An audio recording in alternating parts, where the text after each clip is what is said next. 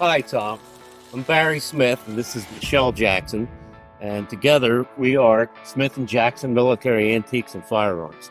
We've been here about 8.5 years, and when I say here, I mean the Millville Executive Airport in Millville, New Jersey.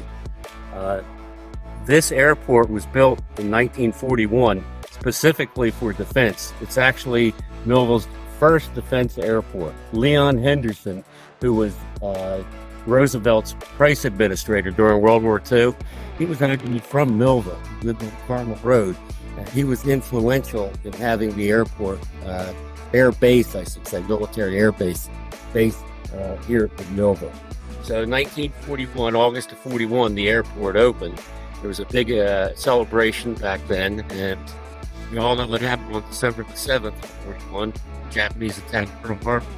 This base was really the influential, well, I should say, really important to protect us from any attacking the Germans by air. Now, it seems a long way away, but the Germans definitely were working on coming to the U.S. The type of fighter plane that they used here was a P-47 Thunderbolt.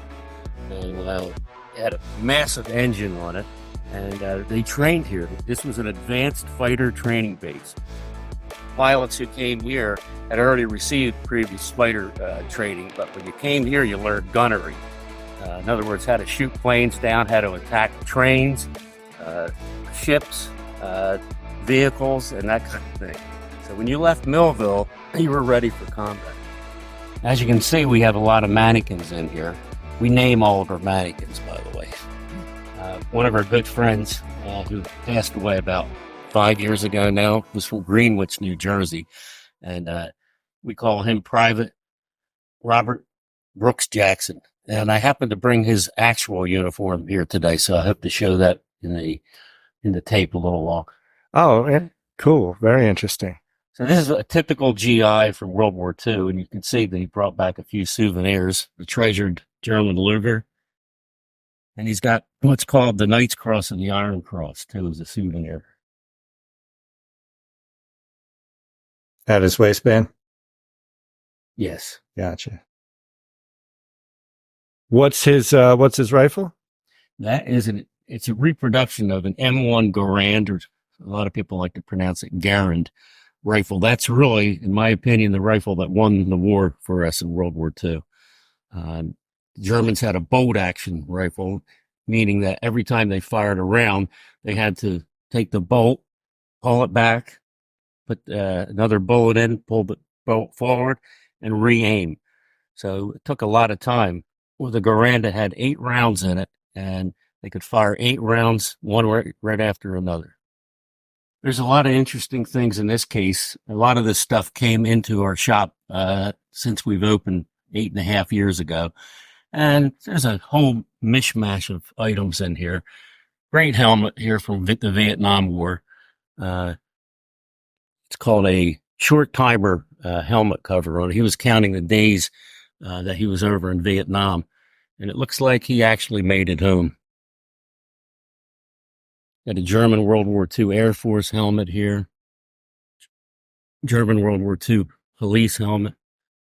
Since we're on the topic of German items, a lot of people get the wrong idea about collecting German items because of the Nazis. Well, these are simply war souvenirs that were brought back by veterans, nothing more.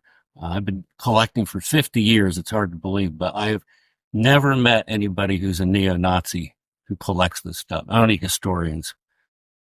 Here we have a Japanese officer's sword, and it happened to be named, and I have a friend in Japan, Shuichi Kamasada, and he researched the tag, and it actually belonged to a Japanese general. Oh, that's amazing. Yeah, it's a great piece. Japanese World War II helmet. World War II German motorcycle helmet. That's that's a wild design. Yeah, it is.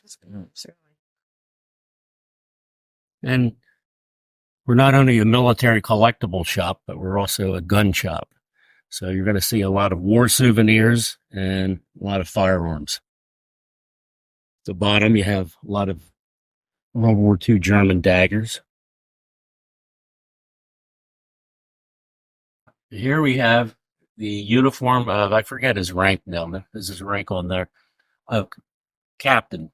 Captain David Cunningham. He's still alive. He lives down in Florida. He was a helicopter pilot during the Vietnam War. We're really lucky to get his uniform, complete uniform. In fact, I need to give him a call.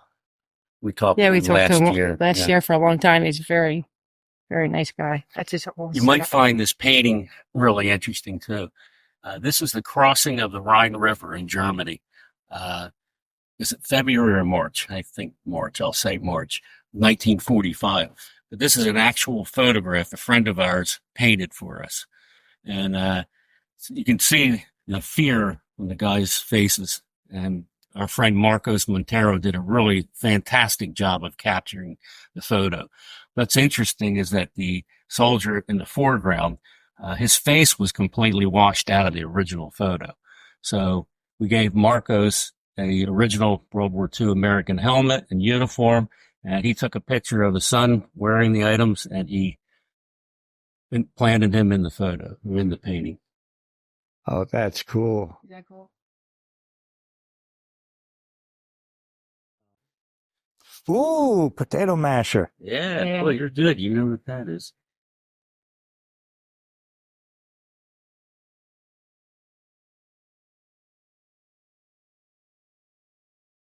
And this is a uniform and cap that belonged to my dad, Edward Mickey Smith. He died 4 years ago, unfortunately.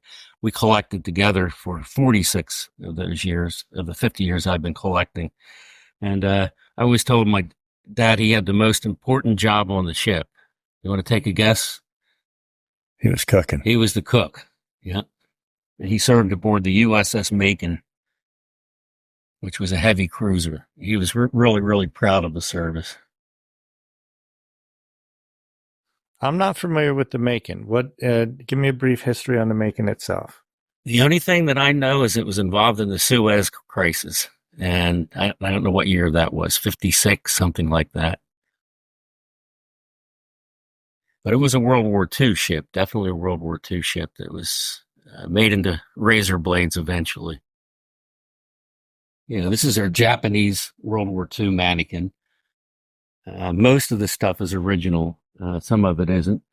But one time, I think I looked in a hat the hat that we have here had a name in it. So I wrote to my friend again, Shuichi in Japan, and he said the name, and it was Goemon Nakano. So we call him Private Goemon Nakano.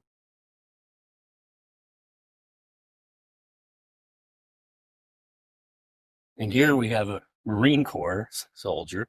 This came from I. Goldberg. Many of you may have heard of I. Goldberg, which was in Philadelphia for, God, I don't know how many years, 100 years. Okay. But it folded up, I think, in 2019. We were lucky enough to get the call to come and buy some of their stuff and bought a lot of their figurines, which like the one you saw out front. This guy we call Otto because Michelle's father was a Marine, and she was born at Camp Lejeune, by the way. And her father's name was Otto Becker. He was very proud of his Marine Corps service.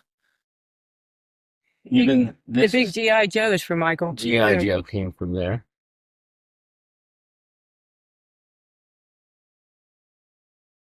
That's a scary dude. We actually had two of them. And I'll tell you what, if he stands up straight, he's probably pushing 7 foot. Yeah. He's a big boy. Here's another. Speaking of big boys, Here's another fun item we got at I. Goldberg. How about that for a grenade? You wouldn't want to pull the pin with your mouth. wow. No, you'd need a winch to pull the pin. Yeah.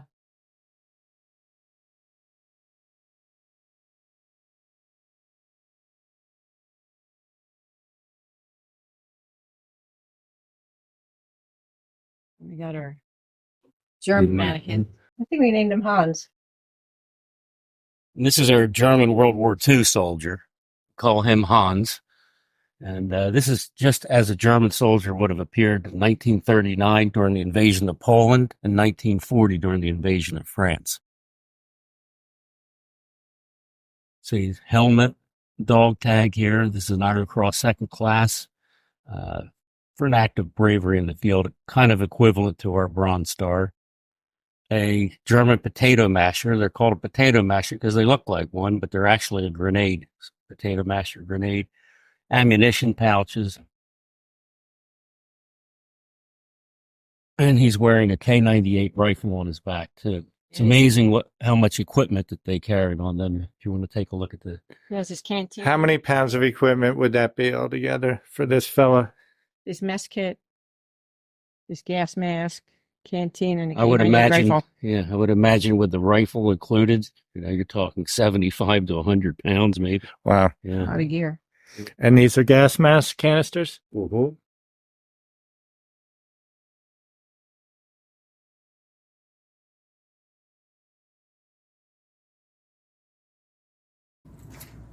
This is probably our best showcase here, showing items that Michelle and I have picked up in the last 8.5 years in this shop mainly. We get calls too from all over the place. People want to sell their collection, so we go on runs all the time. And so some of that stuff is what you'll see in here. Mainly in here you're going to see German World War II war souvenirs, but there's a little bit of everything in there. Italian World War II pith helmet. Was just going to ask what that fancy helmet was. Oh, yeah.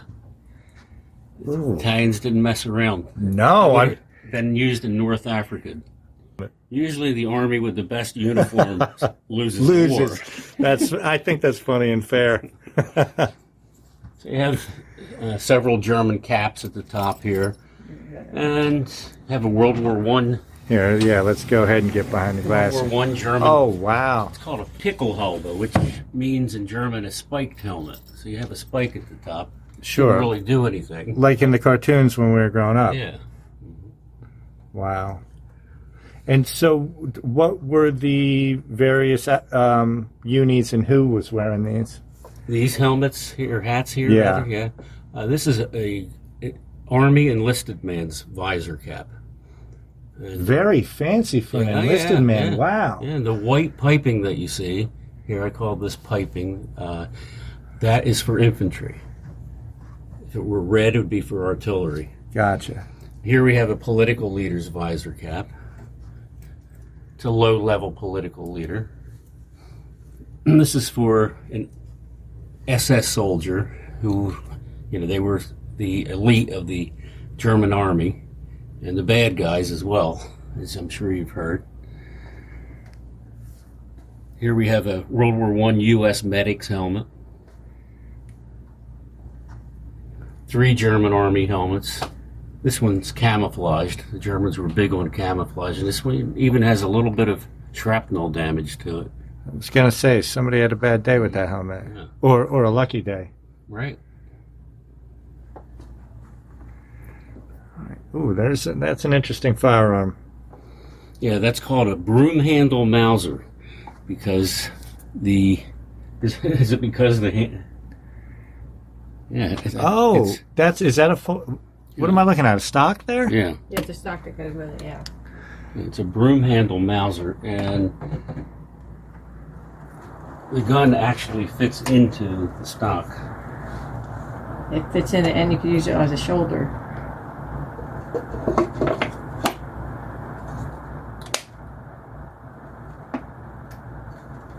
Upside down.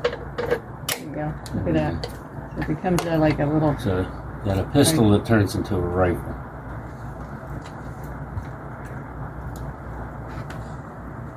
It's pretty cool.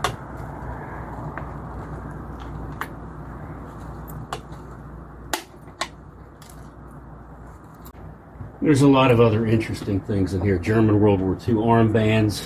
There's a belt and buckle for an Army officer.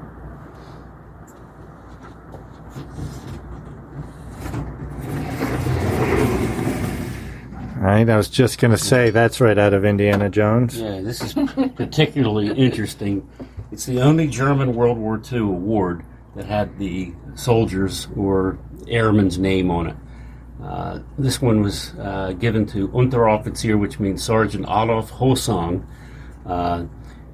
These were presented by Hermann Goering, who was the chief of the Luftwaffe, and given out for multiple missions, or fighter pilots could get these for multiple kills.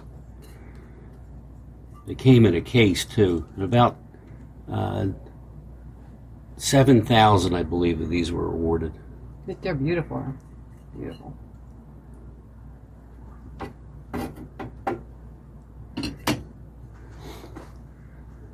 And a lot of World War II German daggers, pistols.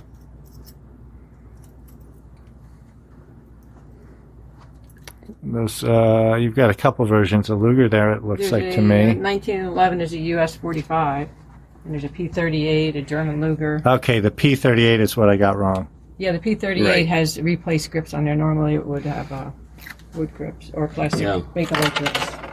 After the war, a lot of American soldiers would take these to places. There was a place in Paris, I heard, to have them nickel-plated. You see, this was nickel-plated, and he had special grips made for it with his initials on it. Did I write down who that belonged to? Ralph Phillips. We actually met the daughter, right? Yeah. Yeah. Wow, that's cool. Mhm. Yeah. And I imagine that's where a lot of this German memorabilia comes from. It's like as people pass or need to consolidate things as they move, or a parent passes, like who else are they going to call it? You're going to pop up at the top of the list. It's a good ecosystem for you to always have sources of stuff, and also a way for families to make sure that heirlooms, things that grandpa or great grandpa brought back from the war, find a home where somebody cares for them. That's really Right. cool. Mhm. Yeah, that's what we're here for. Like Well said. a lot of collectors buy a lot of stuff for, like Barry. Man, those Italians can make a helmet, huh? Sure can. Wouldn't do a whole lot if you got hit with anything. Now it's just very lightweight. Oh, is it? Yeah, it's very light. Oh, okay. It's like a hard cardboard. Okay. Another thing I love to collect are World War II U.S. medals. And among my favorite, probably at my absolute favorite, are Purple Hearts. Purple Heart was awarded, the first ones were awarded, they weren't a medal actually, but during the Revolutionary War, Washington instituted a patch, and not until I think it was 1929 they instituted the Purple Heart. So a lot of World War I veterans got the Purple Heart for being in World War I. During World War II, they made a hell of a lot of these because they were given out for people who were wounded or killed in action. And the first one I have here is for Joseph T. Biggs. My dad and I got this one, I don't know how many years ago, 40 years ago, but Joseph T. Biggs was from Bridgeton, New Jersey. And he wasn't killed in action. Usually a Purple Heart is only engraved on the back if the soldier were killed in action. But sometimes when the soldiers got back, their unit would put the information on the back of the Purple Heart. I don't know if you can see it very clearly. It's kind of faint. Yeah.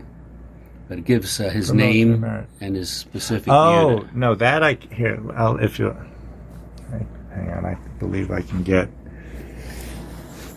oh, there we go, kind of.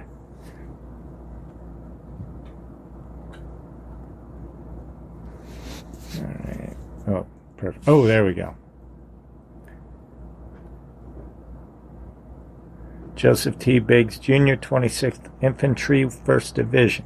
The 1st Division was known as the Big Red One, and they landed on Omaha Beach on D-Day.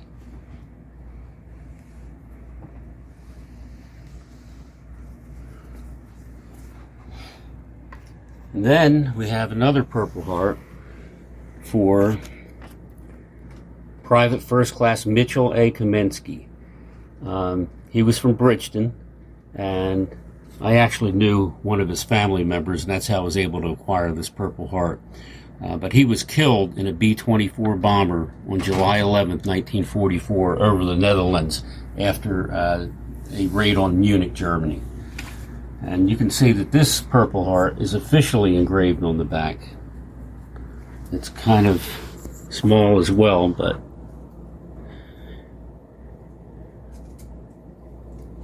Mitchell A. Kamensky. So you got Purple Hearts for 2 Bridgeton men, one who gave his life. Well, thank you. I appreciate you making the effort to bring out some historical Bridgeton stuff for us.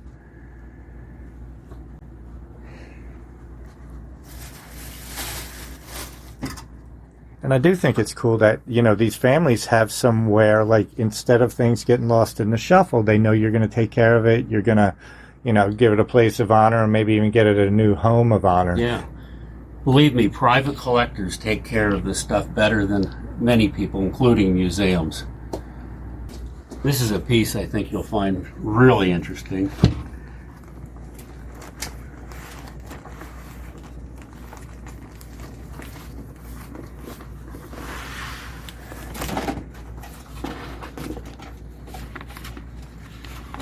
The Army Weekly.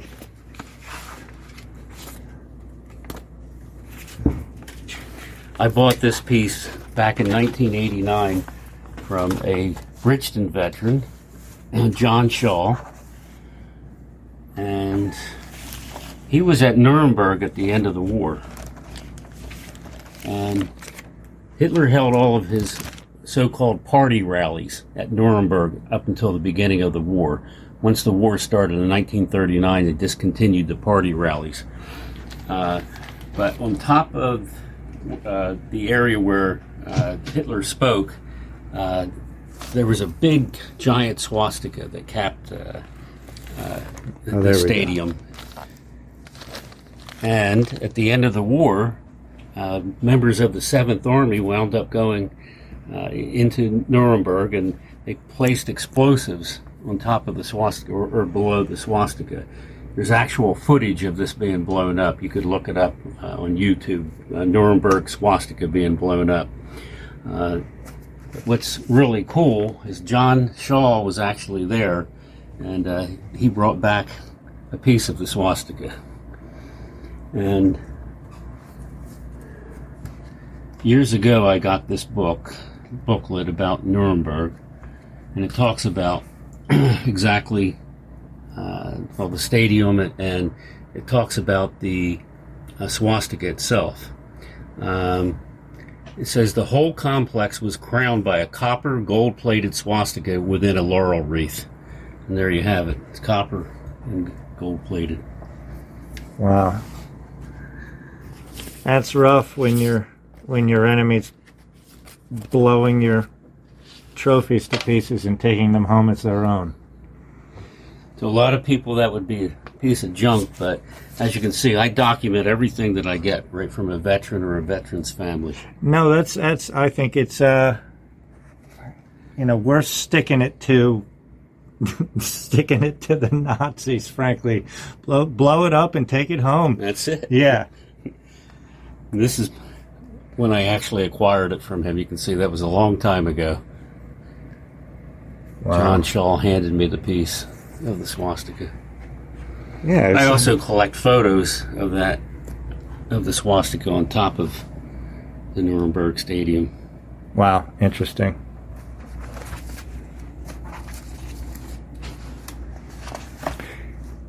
It's like in Band of Brothers. Mm-hmm. The big thing was everybody wanted to get a Luger. Sure. Yeah, that was probably in fact, I shouldn't say probably, it was the #1 souvenir for GIs to get. They had a lot of value back then.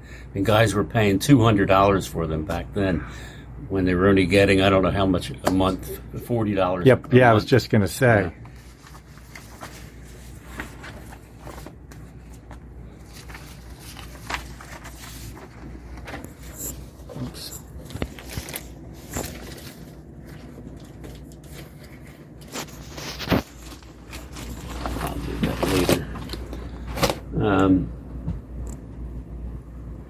Michelle, you want to be out here for Jackson stuff?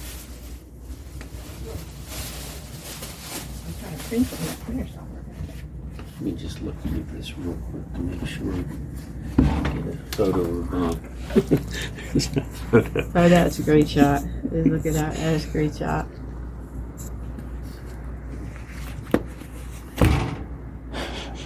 So behind us, Yes, sir.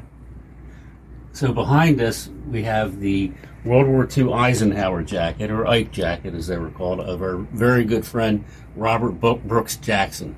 He was from Green Village, which is up in North Jersey, and he enlisted in the Army right after Pearl Harbor. And he was a true American hero and really a great guy. He died just shy of 99, so I think he's been gone now for 5 years. 5 years. July. Yeah. July. But he was a real combat soldier and one of the funniest men I ever met in my life. Here's a picture of Bob before he went into the service, or well, just as he entered the service. His daughter put this together and gave me a copy of it. Bob was one of my absolute best friends. And she covered his sense of humor, complete history. Yeah. In fact, the first time that Michelle met Bob, she asked him, "Where does the Cohansey River go?" Is it Cohansey or Cohanzic? Cohansey. Cohansey River. And Bob said, "France, Japan, Germany, wherever you want to go." Here's a picture of him in his later life, and he has a burger from Jim's Lunch, and of course a Glasstown Brewery right next door. I still think that Bob probably was the oldest person who ever had a beer over at the Glasstown Brewing Company. He's in his 90s then. Good for him. We took Bob to a reenactment at Fort Mott State Park, and it was the Germans and the Americans, and he loved it. You could see. As you can see, he was using a walker, and I asked one of the German reenactors if they'd surrender. Yeah. That's great. Still got it. He had a sense of humor. That made his day. Yeah. For sure. And he went back to France. And he landed on D-Day, it appears. No, he didn't. No? He was in the 45th Infantry Division. He actually started in Africa, went to Sicily, from Sicily to Salerno, Italy, and then he worked his way up in Italy. He was in the 45th Division, which was called the Thunderbird Division. And there were a lot of Native Americans who were in this particular division, and Bob was friendly with a lot of them. Bob got wounded, and he was hit by shrapnel in the back in Italy. And members of the 442nd Infantry, or I should say Regimental Combat Team, they were the Japanese-American unit, the most highly decorated unit of World War II. A lot of them settled in Seabrook after the war. Of course, that was going to be my follow-up question. I was going to try and sound smart. Yeah. But, yeah, that makes a lot of sense. Very interesting. So after he was wounded, guys from the 442nd picked up Bob and took him to a field hospital.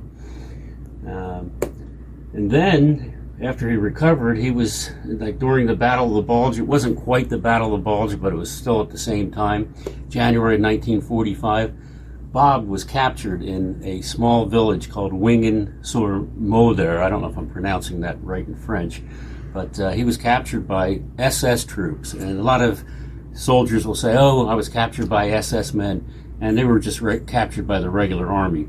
Bob really was captured by the SS. For 3 days, he was held in a church with, we are guessing, about 90 other guys. They didn't have much to eat at all.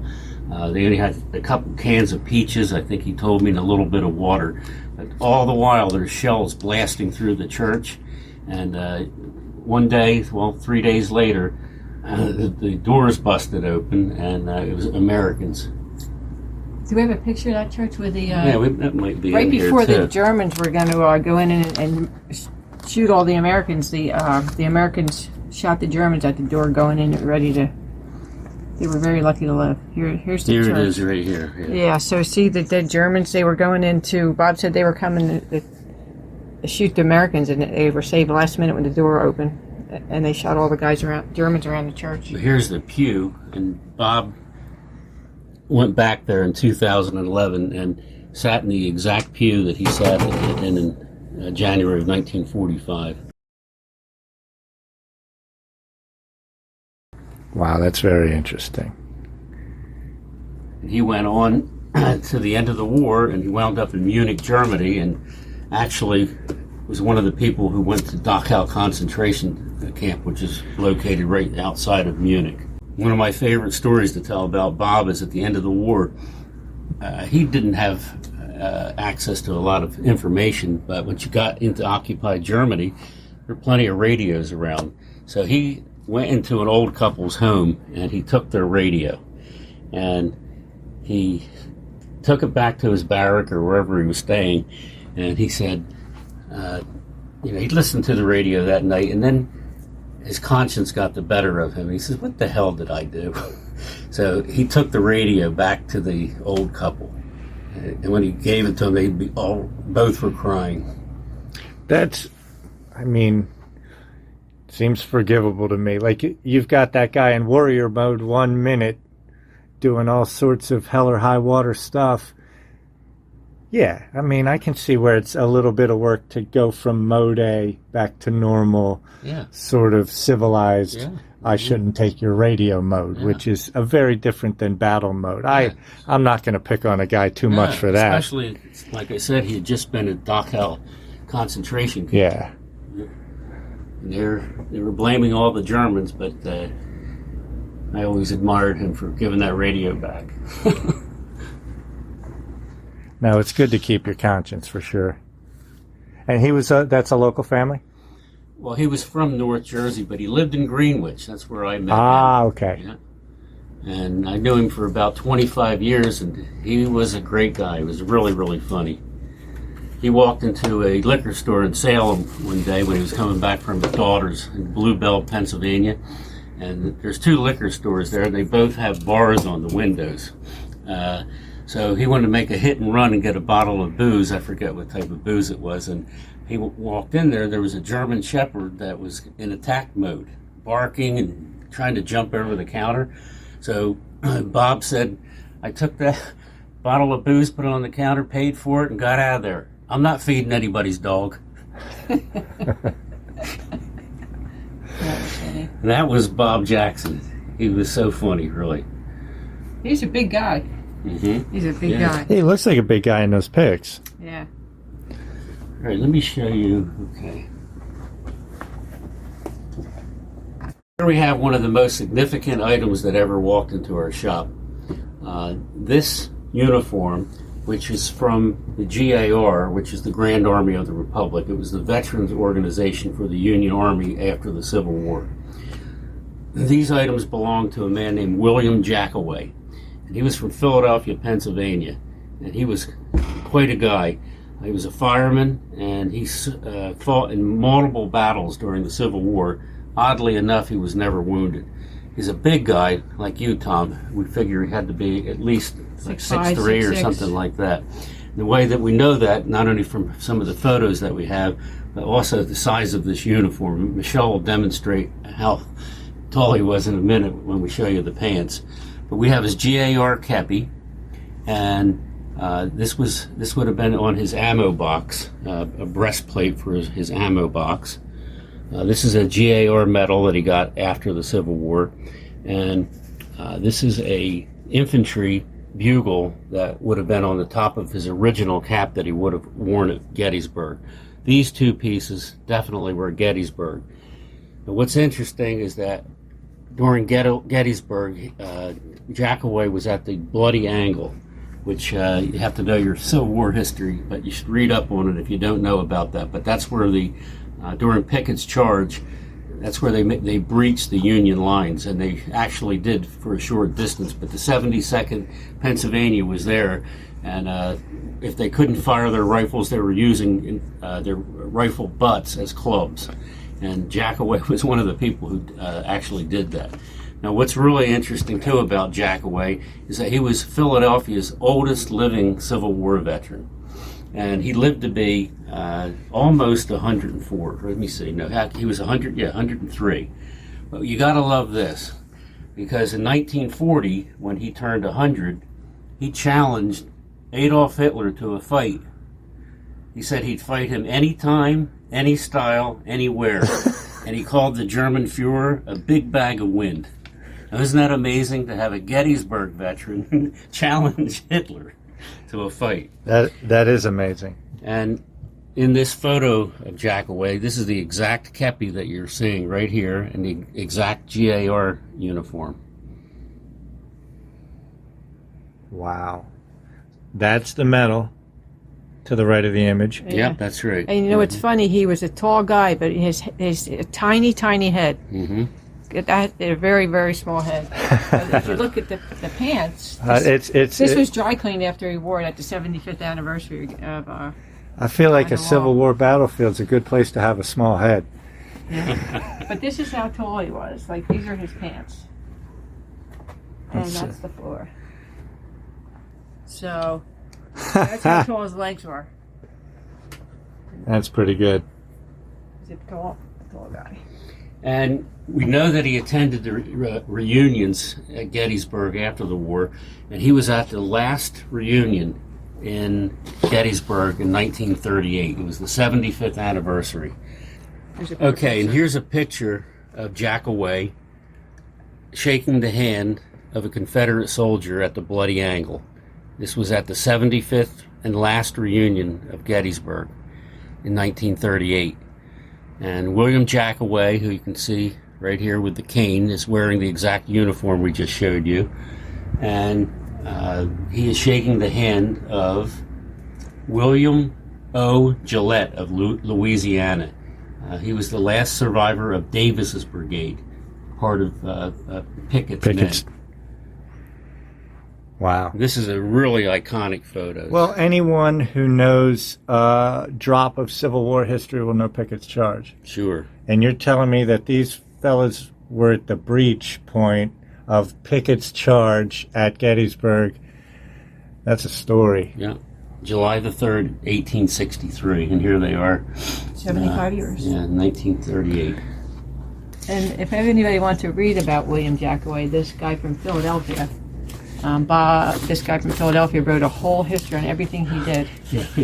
It's a great read.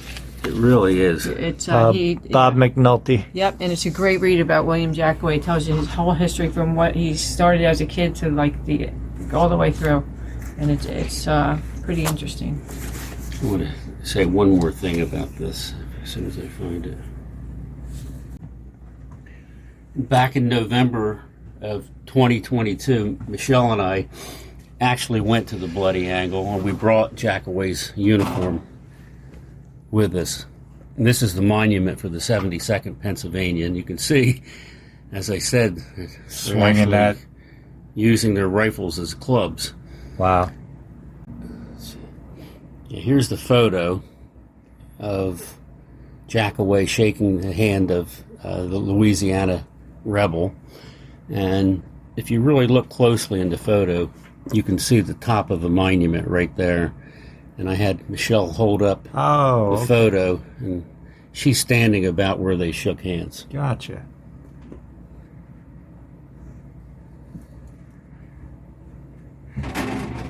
My brother and my nephews were at Gettysburg last weekend. Yeah, that's It's a great place. great. Love it there. Great tour.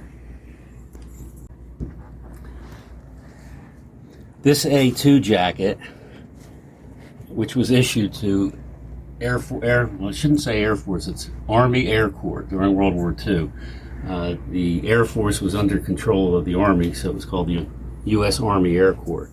I acquired this jacket about 15 years ago, directly from the veteran. His name is Charles Sandy Wenzel. He lives in Salem now. He is 101 years old, and he will be 102 in September. And he was a radio operator on a B-17.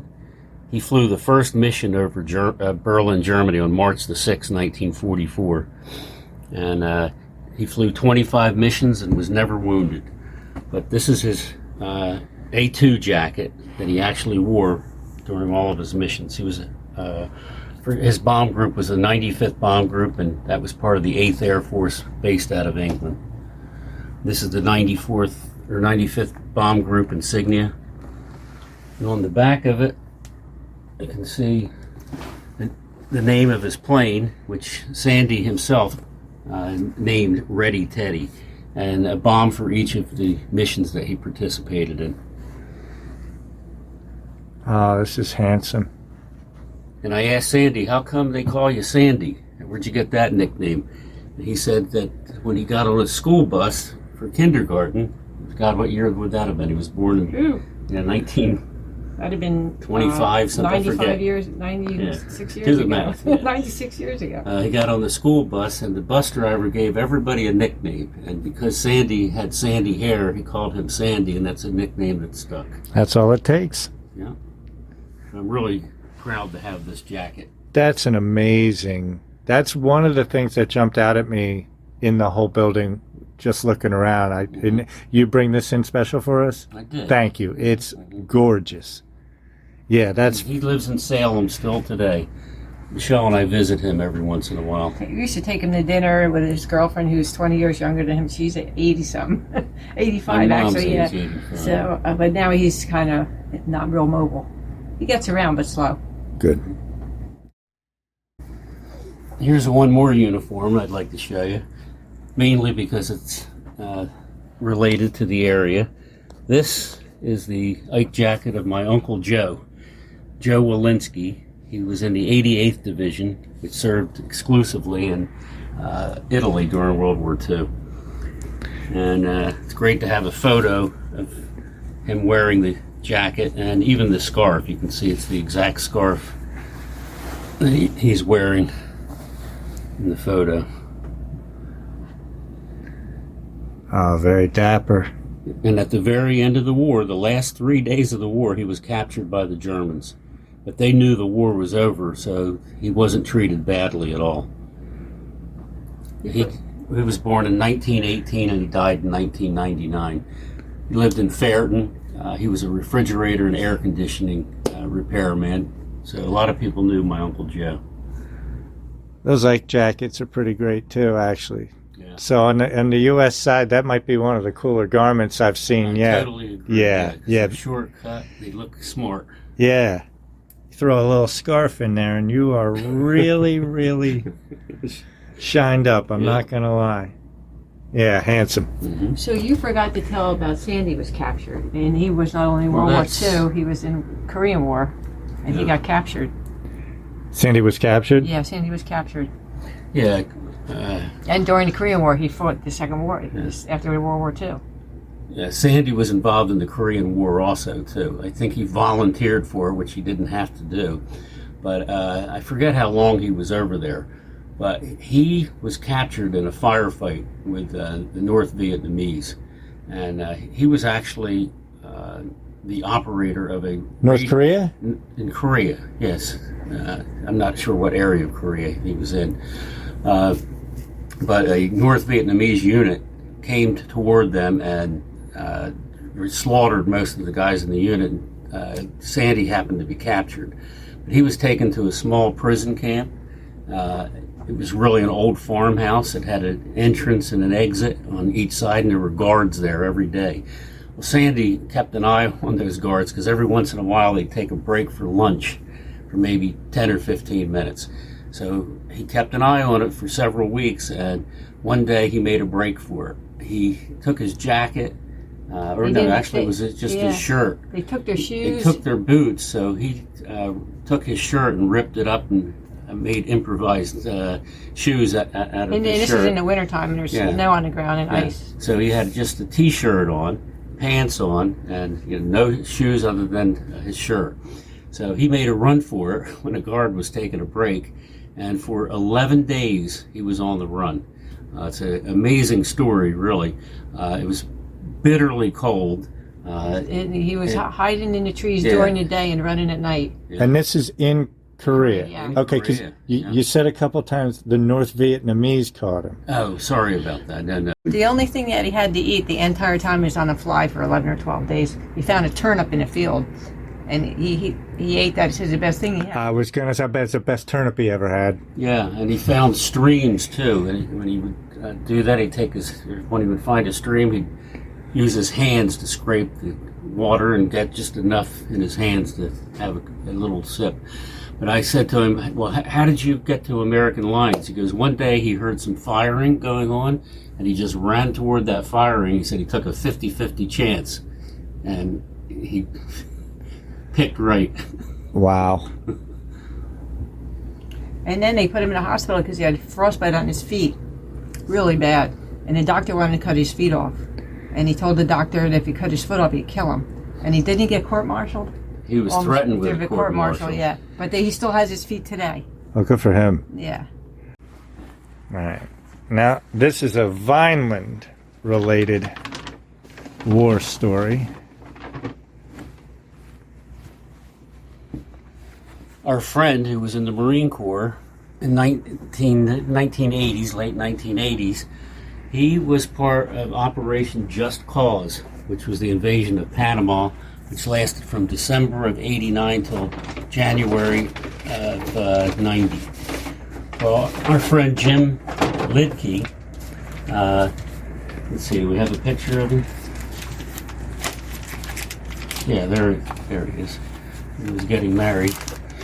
Jim Lidke, he was in an armored vehicle outside of Noriega's home, and a lot of people know that they thought he was in the home at the time, and people like Jim were blasting music into the complex.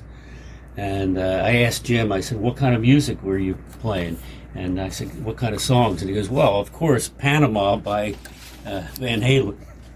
Perfect. So he wound up going inside of the home, and he Here's says his picture of him when he got in the Marine Corps. it was right around Christmas, and he said that they had left the house abruptly, and there were Christmas presents that were half wrapped on the table there, and in the middle of the living room was a rack of all of his clothing. So they were told not to take anything out of the house whatsoever. He says there were drugs in there, there's tons of money, and of course other valuables were in there. But Jim said, you know, I think I'd like to have one of these uniforms. So he actually took 2 of them. And we were able to get one from him a couple of years ago. And it's unquestionably his. We have it fully documented too. If you look up Manuel Noriega, and you'll see him wearing this exact style uniform with the exact patches. A lot of them, I don't think he qualified. A lot of these specialty patches. The reason he went in to get the uniform was because he ripped his pants, and he needed a new pair of pants, and he ended up putting a pair of Noriega's pants on. Then he took 2 uniforms, but he had to ripped his pants out, his crotch out. And But that's not the reason he went in the house. oh no. That's the reason he took the uniforms. He was looking for a pair of pants. Since he was not allowed to take anything out of the house, you might say, well, how did he get these things out of the house? While he was stationed in the house, his mother sent him a care package. I think he said, that there were cookies in it or something like that. So the guard said, okay, here's your package. Well, what he did was take everything out of the package, and he packed these 2 uniforms up, and wound up going to a post office. I said there was a functioning post office there. He goes, right up the street. He wound up taking the package there, handed it over to a postal person, and he says, I didn't know if it was going to get home or not. And he sent it home, and sure enough, it got there. And he put a little note in there to his mother. He said, do not wash these. Wow. Very interesting. Yeah, Manuel Noriega, a name that I wonder if he's probably not even covered in your average high school history book. It was No, probably not. But I remember he always had camo on. Yeah. Manuel Noriega always had camo on. The other uniform's like a different color camo. Jim was actually mentioned in these 2 well-known magazines, Leatherneck Magazine, which is the Marine Corps publication, and Soldier of Fortune. Vineland proud. Yeah. Good stuff. Hopefully when we open our museum across the street, we'll get the other one. When are you opening a museum across the street? Hopefully before the end of the year. Very cool. Hopefully sooner than that, but it's a lot of work. Yeah. And the plan is, because we're going to display things from all wars, we're going to call it Uncle Sam's Military Museum. If anybody has anything they would like to sell, World War II or before mainly is what we're interested in. Well, actually Vietnam items too. Feel free to bring it out here. No obligation to sell. I can tell you what you have at least, and be happy to look at anything. We're located at 21 Peterson Street at the Millville Executive Airport in Millville, New Jersey. And our hours are Tuesday through Saturday, 10 to 5. Or by appointment. We also do appointments, and we'll come to you if you have larger gun and military collections. We'll come to your house. And we do have a website too, if anybody's interested. thewarstoreandmore.com. One word. thewarstoreandmore.com. Oh, that's pretty good. That's what it lacks in brevity, it makes up for in wit. You're right. Not too shabby. We buy and sell new and used guns. We order new guns for a lot of people. And we also sell every type of ammunition you could think of. We have thousands of rounds of ammunition available for sale.